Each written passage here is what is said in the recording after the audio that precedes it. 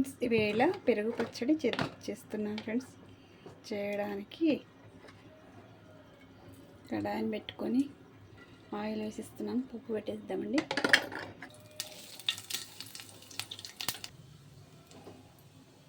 కొత్తిమీర, ఆనియన్స్, ఇలా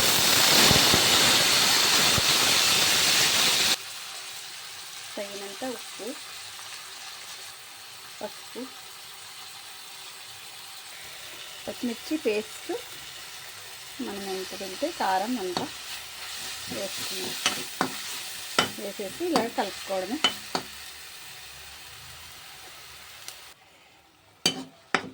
పచ్చిమిర్చి వేసిన తర్వాత కాస్తంత వేగితే పచ్చివాసన అంత పోయేంత వరకు వేపుకుంటే టేస్ట్ బాగుంటుంది. మూత పెట్టి కాసేపంతా వదిలేసేద్దామండి. కాసేపు తర్వాత ఒకసారి ఇలా మిక్స్ చేసేసుకోవాలి.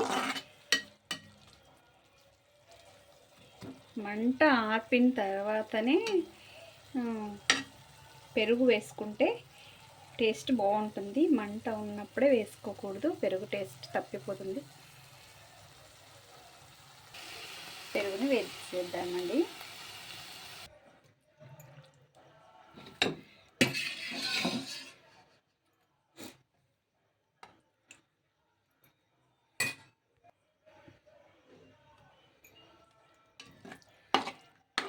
కాస్తంత బాగా మిక్స్ చేసేస్తామండి. టేస్ట్ సూపర్ ఉంటుంది. ఇలా చేసుకోండి, సూపర్ ఉంటుంది టేస్ట్.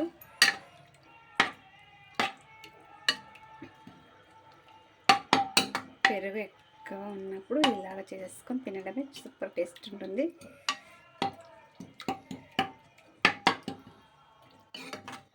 చూడండి, రెడీ అయిపోయింది. అన్నంలోకి సూపర్ ఉంటుంది. పెరుగు రోటీలో కూడా సూపర్ ఉంటుంది. ఎందుకంటే ఇల్లు వెజిటబుల్ మాదిరిగా అయిపోతుంది.